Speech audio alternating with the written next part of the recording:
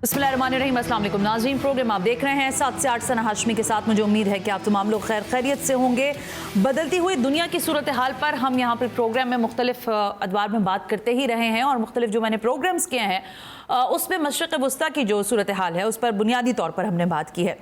अगर ईद के फ़ौरन बाद के हफ्ते की बात करें, जो पिछला सनीचर गुजरा है यानी हफ्ते का रोज़, ख़बर मिली कि रात को तकरीबन कोई मेरा ख्याल है 12:30 पौने 1 पाकिस्तान में बज रहा था। इस दौरान जो है ईरान की जानिब से इजराइल पर हमला किया गया और ताज़ा तरीन इतला जो उस वक्त मिल रही थी वो ये थी कि 300 जो मिसाइल्स हैं वो एक साथ फायर्स कर दिए गए हैं, ड्रोन्स चला दिए गए हैं और न जाने क्या कुछ। अब ज़ाहिर जैसे ये सिलसिला शुरू हुआ तो फिर मुख्तलिफ और ख़बरें आना शुरू हुई कि किन टारगेट्स को जो है ईरान अचीव करना चाहता है, कितनी बड़ा नुकसान हो सकता है इजराइल को। ये सब अभी चल ही रहा था कि ये डस्ट डाउन हुई है तकरीबन मेरा ख्याल है इतवार की रात तक काफ़ी चीज़ें जो हैं उसको डस्ट डाउन करने की कोशिश की गई।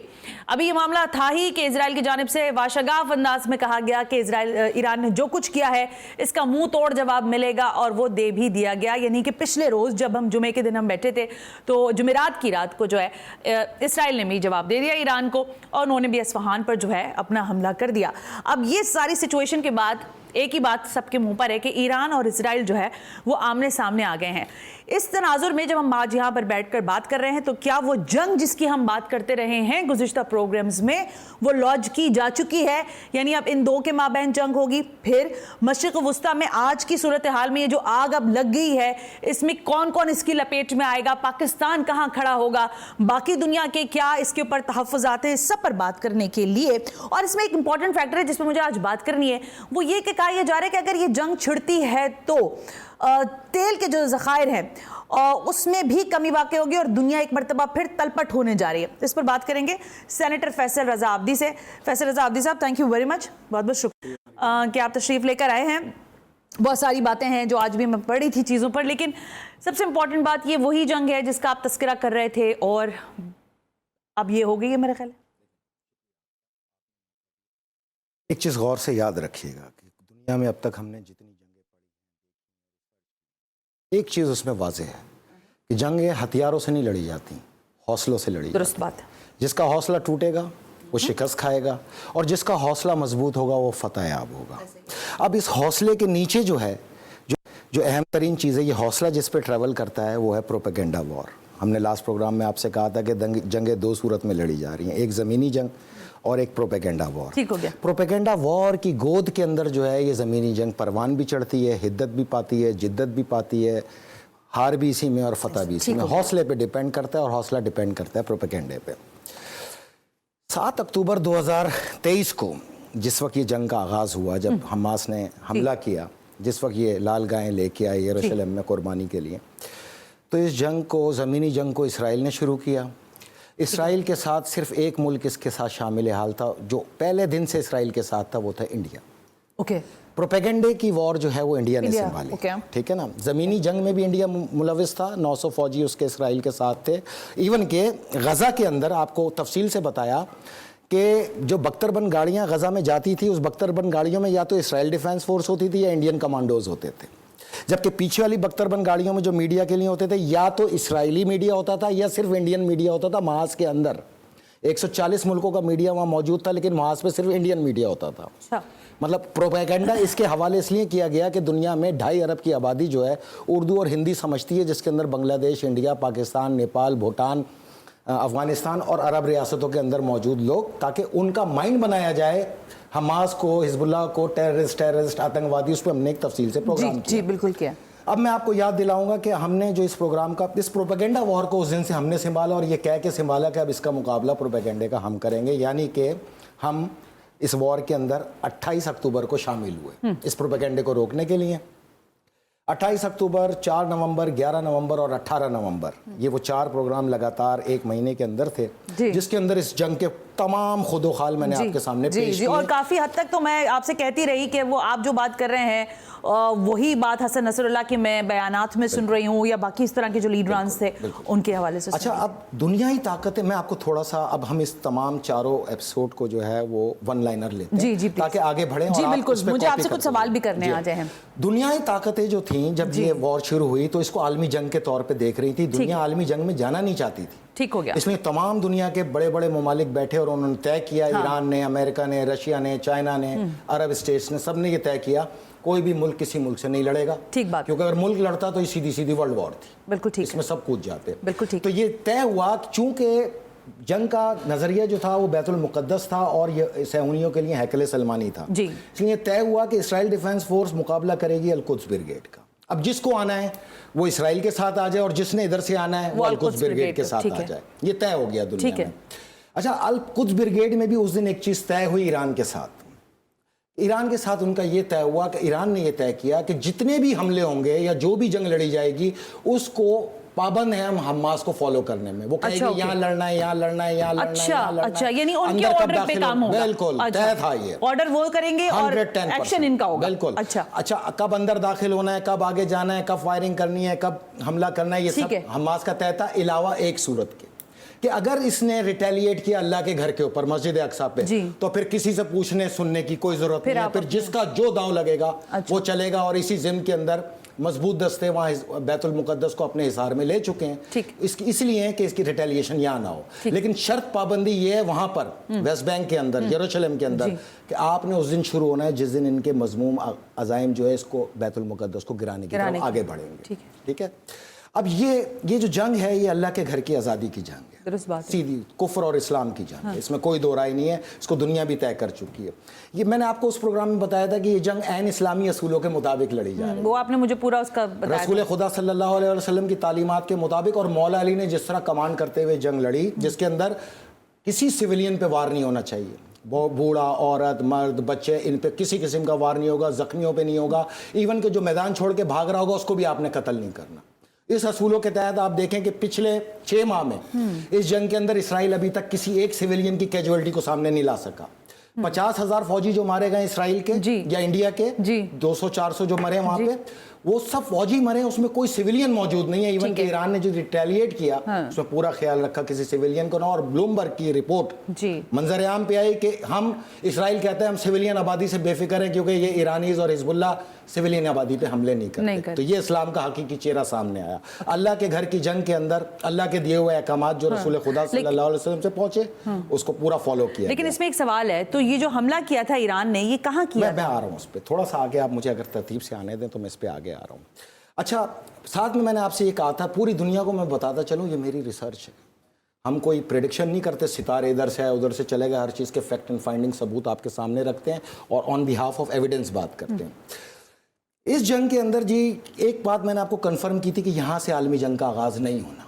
इस जंग का नतीजा ये आएगा कि हिजबुल्लाह के हाथों बैतुल मुक़द्दस फतह होगा, जबकि इसराइल का वजूद सफ़ा हस्ती से मिट जाएगा, नक्शे से फारिग हो जाएगा। ये 28 अक्टूबर को आपको बताया था। लेकिन यहाँ पे 2 वीक पॉइंट बताया आपने। इस जंग में हमारे 2 वीक पॉइंट थे। एक, रफा बॉर्डर पे फंसे हुए 15 लाख माएँ बहनें जिन पे रिटेलिएट होने का खतरा था। दूसरा, 7,000 कैदी जो वहां पे मौजूद थे। और देखें आज 6 महीने हो गए हम उसी पे स्टक हैं क्योंकि मिस्र बॉर्डर नहीं खोलता। जी ठीक है ना। फिर मैंने आपसे ये कहा था कि अब हमने इरादा बदला, अब हम रेस्क्यू करेंगे खुद गजा पे आने पे। तो अब वो सूरत हाल अब आपके सामने है।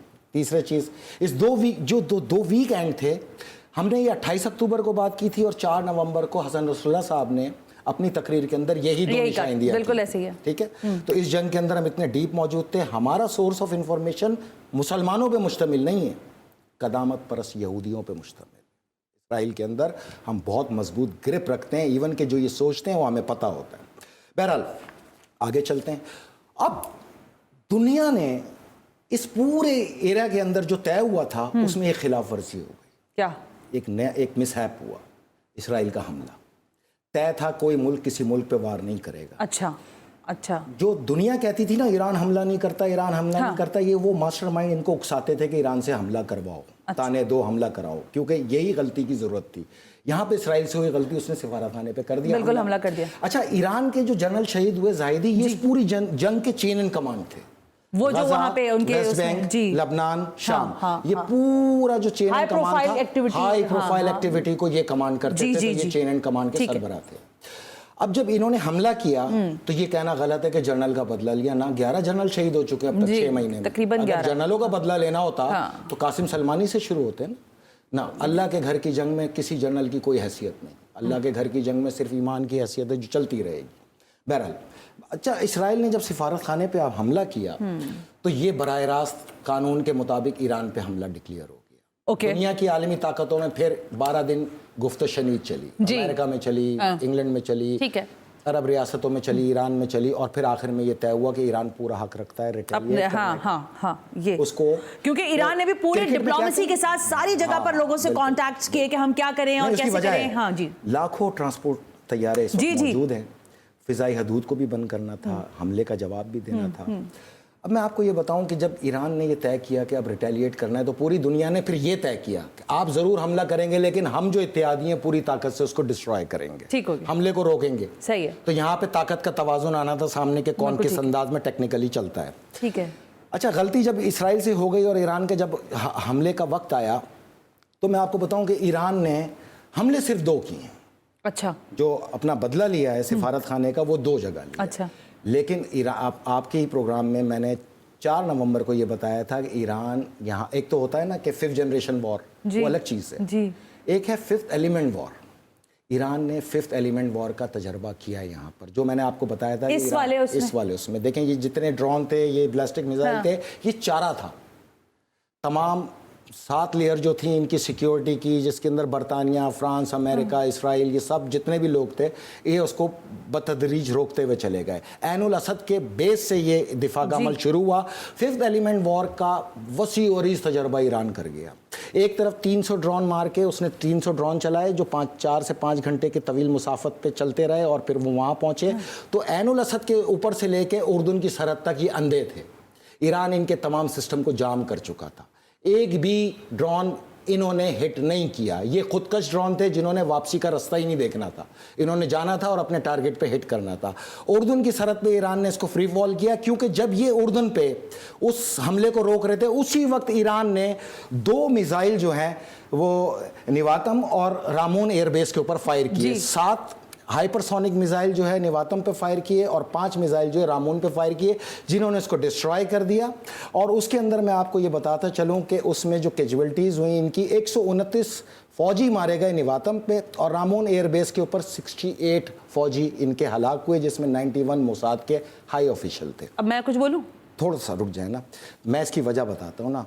असोटा हॉस्पिटल, माई हॉस्पिटल के अंदर 197 लाशें पहुँची, जबकि सरोका मेडिकल सेंटर के अंदर 592 लाशें थीं इसराइली फ़ौजियों की। ये वो लाशें थीं जो डायरेक्ट गोलान हाइट पे जाके ये ड्रोन हिट हुए।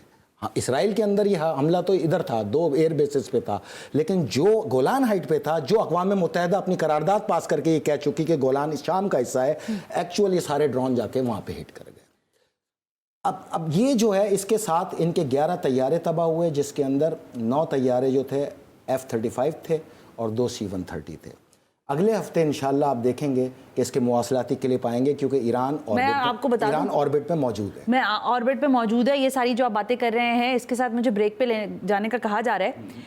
आपने ये जहाँ से भी रिसर्च, ज़ाहिर है आप कह रहे हैं आपकी अपनी रिसर्च है, मैं सुन भी रही हूँ, देखने वाले भी सुन रहे हैं, लेकिन लोग कह रहे हैं कि एक मच्छर नहीं मरा वहाँ, और आप लाशें गिनवा रहे हैं मुझे। देखें, ढीठ पने और आप मुझे ये कह रहे हैं कि इतनी कैजुअलिटीज हो गई, गोलान हाइट्स पे ये हो गया और वहाँ पे ये आ गया, यहाँ पे एक मच्छर नहीं मार सका ईरान। नहीं मारा ना, मच्छर नहीं मारा ना, तो आपको क्या तकलीफ है यार? आप तो कुछ कर नहीं सकते, तमाशबीनी करते रहते हो। तो तमाशबीनी का सबसे पहला असूल तो ये कि खामोशी से तमाशा देखते हैं, बकवास नहीं करते।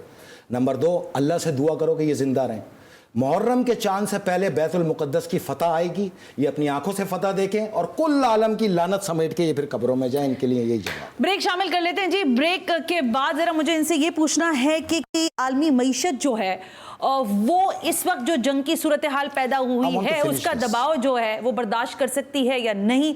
एक ब्रेक शामिल करते हैं और ब्रेक से वापस आकर कुछ मजीद सूरत हाल पर बात करते हैं, ईरान और इसराइल की आगे अब क्या होने वाला है।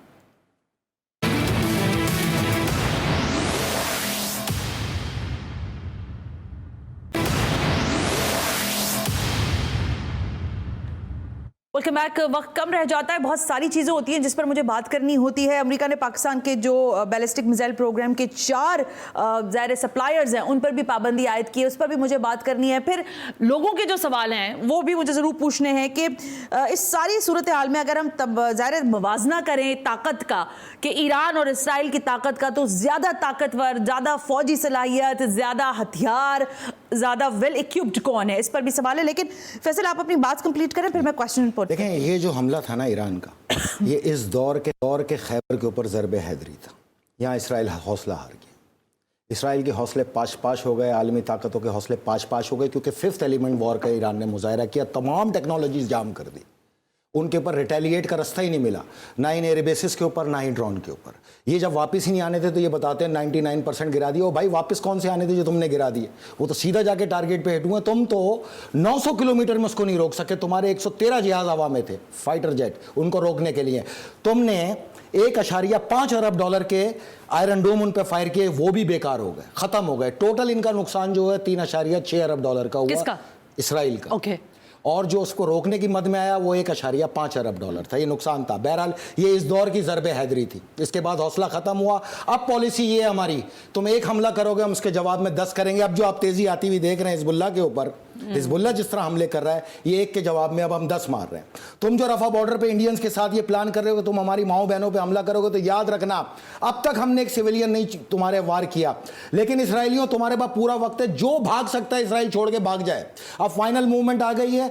इंशाल्लाह 1446 हिजरी का चांद जो है वो बैतुल मुकद्दस की आज़ादी के साथ तुलू होगा। यहीं पर नमाज शुक्राना अदा की जाएगी, इस्लाम का परचम यहाँ नस्ब किया जाएगा, और तुम देखते रह जाओगे। और नेतन्याहू, याद रखना, हमारे लिए बेशक अल्लाह काफ़ी है, लेकिन तुम्हारे लिए हिजबुल्लाह ही काफ़ी है। मैंने आपको ये पहले बताया था, हम जाएंगे अंदर और जाएंगे भी गोलान हाइट से। गोलान हाइट फतह के करीब है। इसराइल को बहुत बड़ी शिकस्त होने जा रही है। लेकिन ये आप जो गोलान हाइट्स का बार बार नाम ले रहे हैं फैसल, मैं इसलिए रोक रही हूँ, लोग कह रहे हैं कि वहां पर ड्रोन्स, क्या आप ये जो सारी बातें बता रहे हैं, वो कह रहे हैं वहां तक रीच ही नहीं है। किसने? मैं आपको बता रहा हूँ, रीच सारी वहीं गिरी है आके। ये तमाम ड्रोन और बैलिस्टिक मिसाइल जो 300 की तादाद में हमला था, ये तो था ही खाई गोलान हाइट के लिए। एयर बेसिस ये वो दोनों थी जहां से तैयारे उड़ के और उन्होंने सिफारत खाने। अच्छा, मैं आगे चलती हूँ जरा सा, मुझे ये सिर्फ आप जरा बताएं कि ताकत का जो तवाजुन है उस पर लोग बात करें ना, कि देखिए ईरान के पास अपनी जो भी उसकी सलाहियत है, जिसको आप कह रहे हैं एलिमेंट फोर्ट को उसने प्रैक्टिस किया, बाकी सारा कुछ है ना, इससे खौफजदा है। लेकिन दुनिया ये जानती है कि इजराइल की ताकत, उसकी फौजी ताकत, उसकी सलाहियत, वो दुनिया में जो फुली इक्विप्ड है, उनके आर्म्स बहुत बेहतरीन है। वो कह रहे हैं कि ये इनसे क्या लड़ सकेंगे। 50,000 फौजी तुम्हारे वासिले जहन्नुम किए हैं, 83,000 जख्मी अभी भी अस्पतालों में पड़े, किसी का हाथ गायब है, किसी का पांव गायब है। मैं पूरी दुनिया को कहता हूं, यार भाई आप लोग इन मुसलमानों की ख्वाहिश पूरी कर दो ना, एक जहाज जरा बाबुल मंदब से तो निकाल दो। तुम अब तक वहां से तो ट्रांसपोर्टेशन कर नहीं सके, अब तो आपने हुरमुज़ भी बंद तुम्हारे लिए। तुम दुनिया में जाओगे कहाँ? 80% जहाज रानी की कंपनियां तो इसराइलियों की मिल्कियत है। तेल का तो जो आपने आगाह किया है, ये तो $300 पर बैरल पे जाएगा। एक मिसाइल का मजीद हमला होना नहीं कि ये हो जाएगा।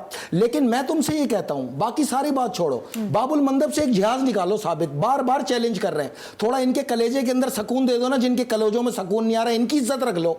इनकी इज्जत रखने के लिए एक जहाज निकाल दो। बात सुने मेरी, सीधा एक शेर के अंदर पैगाम है, अगर आपको समझ में आ जाए। जंग हमारी जारी है, तागूत पे लर्जा तारी है, बैतुल मुकद्दस की बारी है, आज़ादी की तैयारी है।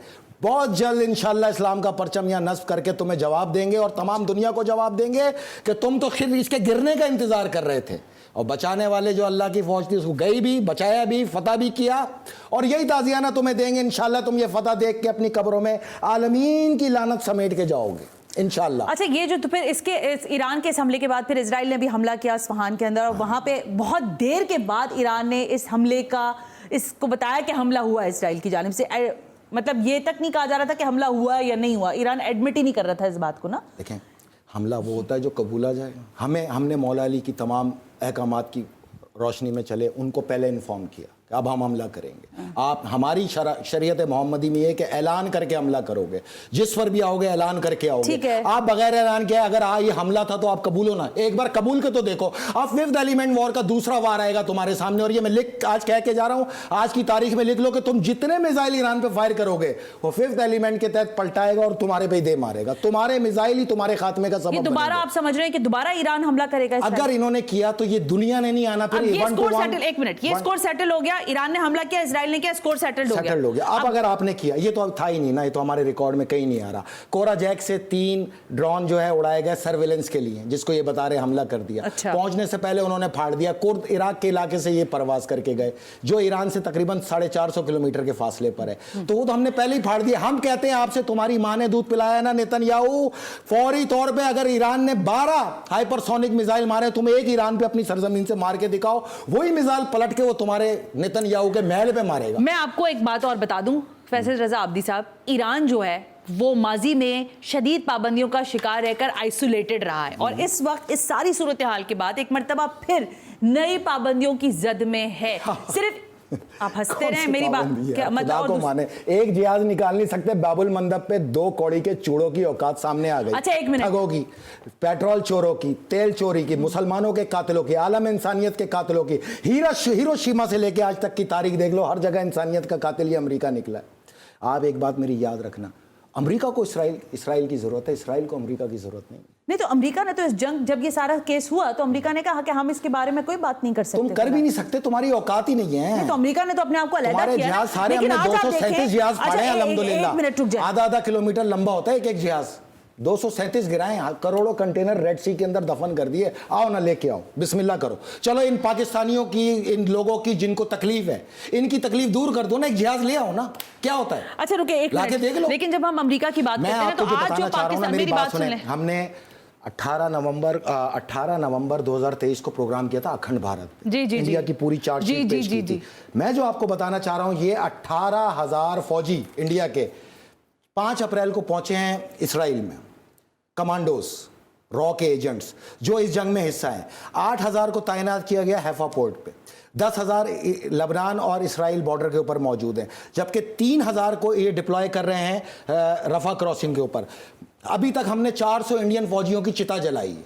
मैं वादा करता हूं नरेंद्र मोदी, 18,000 में से अगर एक भी वापस आ गया ना जिंदा, तो आना और मेरा गिरेबान पकड़ लेना, तुम्हारा बिल्कुल खर्चा नहीं होने देंगे, मिसाइल मार मार के इनकी चिता जलाएंगे तुम्हारे हैफा से। हम उस दिन खुशी मनाएंगे जिस दिन इस्लाम का परचम लगेगा बैतुल मुकद्दस पे, यरूशलेम फलस्तीन का दारुल हुकूमत होगा, और हैफा पोर्ट सिटी इसराइल गर्क हो जाएगा। इसके साथ ही इंडिया की मईशत को गर्क करेंगे। हमने 4 नवंबर को इनको आगाह किया था कि इस जंग का हिस्सा ना बनना। ये मुसलसल अपने फौजी भेजते रहे, प्रोपेगेंडे के जरिए मुजाहिदीन को दहशतगर्द करार देता रहा इंडिया में। इंडिया को बताऊं, उसी दिन 18 नवंबर को जब 15 दिन का तुम्हें टाइम दिया था कि माफी मांग लो और पीछे हट जाओ, तुम नहीं हटे। तुमने हमारा मजाक उड़ाया, पाकिस्तानियों का मजाक उड़ाया, पाकिस्तानी माओ बहनों को तुमने फकीर का, तो उसी दिन तुम्हारा अंजाम मैंने पेश किया कि तुम्हारी मैशियत को फैसल रजा आब्दी 26 नवंबर 2026 से पहले 3 बार जमीन पर पटक के मारेगा, जिसमें पहला हमला होगा हैफा पोर्ट सिटी का। इसको गर्क करके तुम्हें हमेशा के लिए गर्क कर देंगे। आओ बताओ, तुमने हैफा पोर्ट सिटी से अब तक कितने कंटेनरों की ट्रांजैक्शन की है 6 महीने में? एक भी नहीं। तुम्हारी औकात ही नहीं, तुम्हारी हैसियत ही नहीं। तुम आज तक यहां पे पाबंद हो, डरना उस दिन से जिस दिन हमने ये फैसला कर लिया कि अब रेड सी में भी तुम्हारा कोई जहाज नहीं जाएगा, फिर हम उसको भी गर्क करेंगे। पीछे हट जाओ। ये 18,000 जो जानवर लेके आए हो तुम हमारी मुसलमान माओ बहनों को मारने के लिए, इनको लेके दफा हो जाओ इसराइल से, नहीं तो फिर तुम्हें वासिल जहन्नुम करेंगे, और तुम्हारी चिता का जो खर्च है वो मैं बचाऊंगा। इनके सरों पे मारेंगे मिसाइल इंशाल्लाह, जहन्नुम वासिल करेंगे। आप जो बात करते हैं ना ये इंडिया के हवाले से, ये मैं थोड़ी कह रहा हूँ, ये रिपोर्ट है। मैं आप ठीक है, मैं आपसे ये अर्ज करना चाहती हूँ कि 900 उस वक्त थे बॉर्डर पे जी, इसराइल और लेबनान के। 18,000 ये पहुंचे 5 अप्रैल को। 2 लाख की ट्रांसपोर्टेशन इंडिया करने जा रहा है फौजियों की इसराइल के अंदर। आप ये कह रहे हैं कि पूरी प्रोपेगेंडा वॉर के साथ साथ जमीनी वॉर में भी इंडिया बराह रास्त डे फर्स्ट से, और ये हमने डिस्क्लोज किया था आपके सामने। ठीक है, लेकिन अब ये जो वहां बैठ के लब कुशाइयां कर रहे हैं इंडियंस अपने चैनल के ऊपर बैठ के, और जो हमें आतंकवादी कह रहे हैं, मैंने तो आपसे कहा था, इनके जितने आजादी की तहरीक करने वाले थे उनको बोलो ना आतंकवादी, बोलो मंगल पांडे को, बोलो दूसरे लोगों को। मैं जरा किसी पॉइंट पे आना हमारे अल्लाह के घर की आजादी की जंग में तुम बुत परस्त 1000 मील के फासले पर रहो, वहां से अपने फौजी वापस निकालो, नहीं तो ये जंग तुम्हारी दहलीज पे मैं खुद लेके आऊंगा, वादा रहा। ओके, मुझे ब्रेक लेने का भी कहा जा रहा है, लेकिन मैं जो आप बात करें इंडिया की मईशत की तबाही की, वो कैसे आप कर रहे हैं? 3 बार मारूंगा पलट के। कैसे? पटक के मारो। पहला तो हैफा पोर्ट सिटी, आपको पता है दुनिया ये इंडिया इसराइल इकोनॉमी है, छोड़े है ना, थी हो जाएगी। ये जो हैफा पोर्ट सिटी है, ये इंडिया इसराइल कॉरिडोर प्रोजेक्ट का जंक्शन है। ये जान है जी, उसकी। जी, मुझे अंदाजा। जब हैफा ही नहीं रहेगा, इसराइली नहीं रहेगा, तो तुम्हारा प्रोजेक्ट कैसे नहीं रहेगा? ये मैं बताता ना, अक़वाम मुत्तहिदा के चार्टर के मुताबिक मुतनाज़ा इलाके में कोई मुल्क कोई मुआहिदा नहीं कर सकता। पाकिस्तान के रूह से कायदे आज़म मोहम्मद अली जिन्ना के हुक्म के मुताबिक इसराइल एक नाजायज रियासत है। नाजायज रियासत में तुमने प्रोजेक्ट कैसे किया है? तुम कौन होते हो? हाँ, फलस्तीन आजाद हो जाए, फलस्तीनी चाहे तुमसे करना ये प्रोजेक्ट, हमें कोई एतराज नहीं, अभी नाजायज। आउट, ब्रेक ले लो। आउट, ये लें आप अपना ब्रेक ले लेते हैं। ब्रेक से वापस आकर मुझे इनसे ये कि जो पाकिस्तान के हवाले से आज खबर है दफ्तर खारजा की जानिब से भी वो बयान सामने आया है कि जो अमेरिका ने पाकिस्तान के बैलिस्टिक मिसाइल के प्रोग्राम के जो 4 ज़ाहिर सप्लायर्स हैं उन पर पाबंदी आयद की है। क्या आगे फोर्सी कर रहे हैं फैसल रज़ा आब्दी साहब? कैसे पाकिस्तान आगे बढ़ सकता है? क्या पाकिस्तान की मईशत की ये बड़ी बातें मुझे बता के गए पिछले प्रोग्राम्स में भी, क्या अब कुछ पेपर्स पे कुछ चीज़ें नमूदार होना शुरू हुई हैं या नहीं? इस ब्रेक की बात।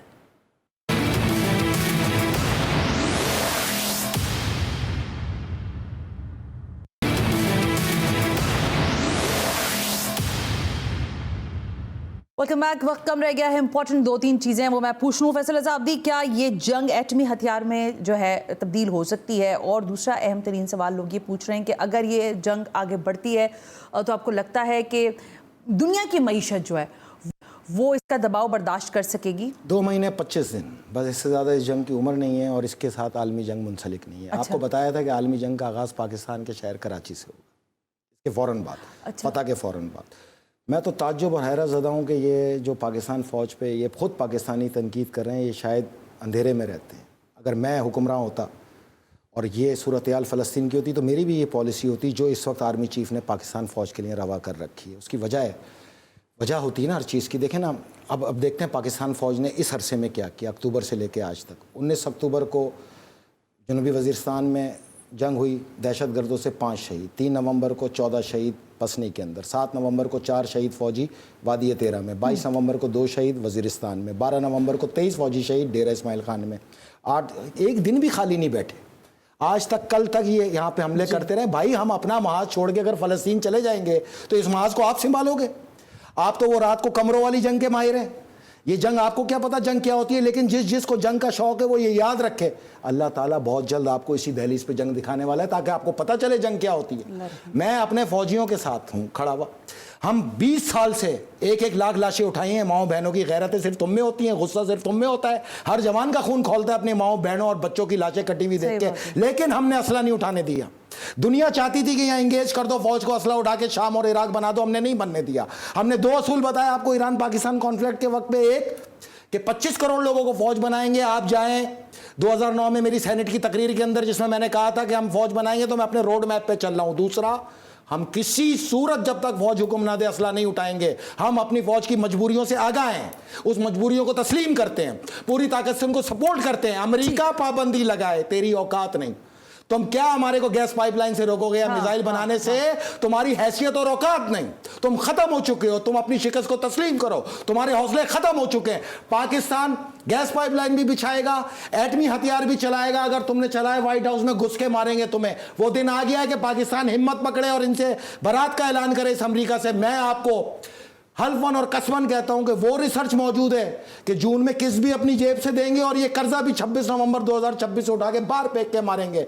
सिर्फ उस तरह करना है जिस तरह हम कहना चाहें। 3 महीने वो कर लो जो हम कह रहे हैं, ना हो तो गिरबान पकड़ के मारना। किसने भीख मांगे हम? जिस आलमी बंदे के पास आप जाते हो कि पाकिस्तान में इन्वेस्टमेंट करो, वो पहला सवाल पता क्या करता है कि पीपल्स पार्टी और नून लीग के अहदेदार और वजीरों की $500 अरब की जायदाद बाहर है, पहले इनसे तो वापस लाओ, फिर हम भी लेके आते हैं इन्वेस्टमेंट। हम लेके आए, ये चोरी करें, ये डाके मारे और फिर उठा के बाहर ले जाके महलात खरीदे। इसलिए आपने करना है, आप फेल हो जाएंगे। मैं आपको वो रिसर्च दूंगा कि जून में ये किस्त हम अपनी जेब से देंगे। अगला प्रोग्राम करें इस पे। आप ये कह रहे हैं 26 नवंबर 2026 पाकिस्तान में 1 रुपया कर्जा नहीं होगा, इंडिया को बर्बाद कर दूंगा।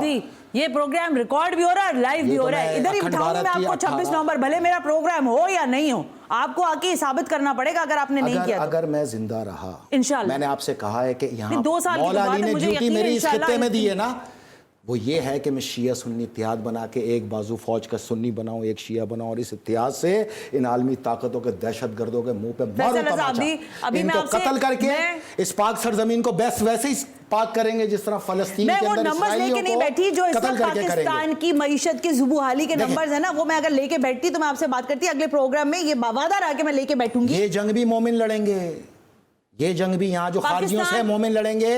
पाकिस्तान फौज और उसके साथ जो शिया सुन्नी इत्तेहाद शाना बशाना चलेगा, ये मोमिनों की फौज होगी। अच्छा। इंशाल्लाह यहाँ शिकस्त देंगे इन खारजियों को। 3 बातें आपने मुझे कही हैं देंगे लेकिन मैं जाते जाते एक बात बताऊं, अगले 20 दिन में उन गाय की उम्र पूरी हो रही है, लाल गायों की इसराइल। अच्छा, वो जो पहुंची हुई है, अगर वो 30 माह से ऊपर गई ना तो इनके लिए वो कुर्बानी बेकार है। तो अब जो भी एक्शन होना है इसी 20 से 25 दिन के अंदर होना है बैतुल मुकद्दस में। मतलब दोबारा मुझे थोड़ा सा वन लाइन समझा दें, टाइम है मेरे ये जो लाल गायें हैं, हाँ। इसकी उम्र 30 माह होनी चाहिए उनके तलमूद के मुताबिक। ठीक है, ओके। एक दिन भी ऊपर हुआ तो इनकी कुर्बानी और जो मकसद है उनका हैकल सलमानी का फौत हो जाएगा। जो होना है 25 दिन में होना है। और मैं इनको आपको पिछले प्रोग्राम में बता के गया हूँ, 40,000 मुजाहिदीन ने मुहासरे में लिया हुआ है। किस दिन के लिए लिया हुआ है? तुम आओगे तो हम भी मौजूद हैं, हमारी लाशों पे से गुजर के जाओगे बैतुल मुकद्दस। बैतुल मुकद्दस इंशाल्लाह फतह होगा। और ये गाय जो भी आपने कहा, ये जो लाल गाय है, ये ज़िबा होगी यार, जिस तरह हम बकरे नहीं ज़िबा करते, हाँ, इस तरह उनका भी दीनी तालीम जी, वो मुझे पता है, लेकिन आप ये कह रहे हैं कि 20 से 25 दिन के अंदर होना है। 24 अप्रैल से इसका टाइम शुरू होगा। अच्छा। और उन्होंने 15 मई से पहले इसको ज़िबा करना है, वरना उसकी उम्र ओवर एज हो जाएगी। फिर ये 2000 साल उन गायों को तलाश करने में लगाएंगे। तो उन्होंने जो करना है इस 25 दिन में करना है, हमने जो करना है वो मुहर्रम के चांद से पहले करना है।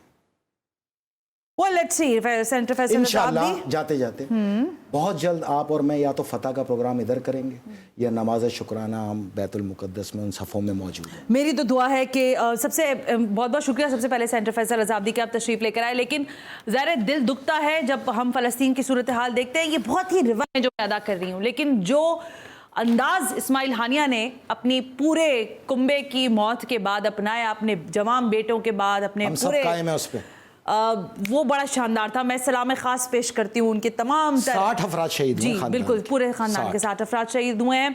और जो उन्होंने जिस जुर्रत और हिम्मत का मुजाहरा किया, पूरी दुनिया सलाम पेश कर रही है। जिस पर फैसल रज़ाब्दी कहते हैं ना, कदामत यहूदी जो हैं वो तक सलाम पेश कर रहे हैं। और तो बेहतर है कि हालात जिस डगर पर चल रहे हैं, आलमी दुनिया भी नजर डाले, अमेरिका भी अपने मुहर्रिकात पर नजर डाले कि आज उसके हालात कैसे हैं, बरतानिया भी देखे, फिर ईरान भी देखे, और इजराइल भी समझने की कोशिश करे कि वॉइस ऑफ शोहदा का तर्जुमान हूँ, शोहदा का नुमाइंदा हूँ। जो शहीद कहते हैं मैं वो ये बताता हूँ, और मैं जिंदों में अकेला नुमाइंदा हूँ, बाकी सब शहीद हैं मेरे। तो मैं अपनी हर बात का खुद जिम्मेदार हूँ, ना किसी पे रखता हूँ, ना कोई ये एहसान लेने की कोशिश करे।